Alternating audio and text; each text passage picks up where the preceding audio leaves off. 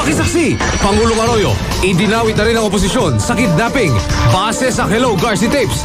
Pero ayon sa kampo ng Pangulo, puro hangin lang ang bagong akusasyon ng impeachment team. Mga opisyal ng DFA at Immigration Bureau, ginisa sa unang araw ng investigasyon ng Task Force Garciliano. Pero sinakyan ni dating COMELEC Commissioner Virgilio Garciliano pa Singapore, hindi pa rin matukoy. Senador Franklin Drilon, nanganganib daw mapatalsik na Senate President ayon kay Senador Nene Pimentel. The situation of President Drilon as of the moment is precarious. 16 pesos kada tangking dagdag presyo sa LPG. Nakaamba na raw sa unang linggo ng Setyembre.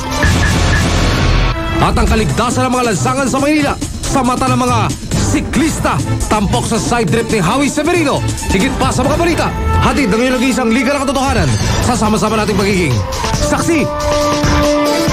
Maging saksi sa mga napapanahong balita. Hatid ng Cult 45.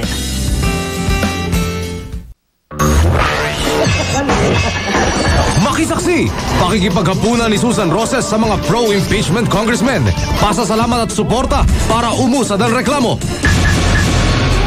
Bisperas ng inaasahang butuhan kung may pupuntahan ng amended impeachment complaint. Magic 79 na lagla. Pilit na inahabol ng oposisyon. Mga pabor sa reklamo. Bahay-bahay na ang pangangampanya.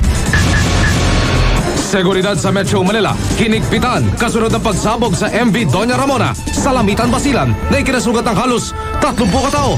Joint Task Force, binuo para imbestigahan ang pambobomba. Basura, maaari na ring pagkunan ng kuryente. At serbisyo totoo din ng News and Public Affairs at magtatanghal ng SOP at SOP Gigsters sa Dagupan Astrodome. Dinagsa ng libu-libong Pangasinense. Higit pa sa mga balita, hatid ng iyong nag-iisang liga ng katotohanan. Sasama-sama nating magiging saksi. Maging saksi sa mga napapanahong balita. Hatid ng Cult 45.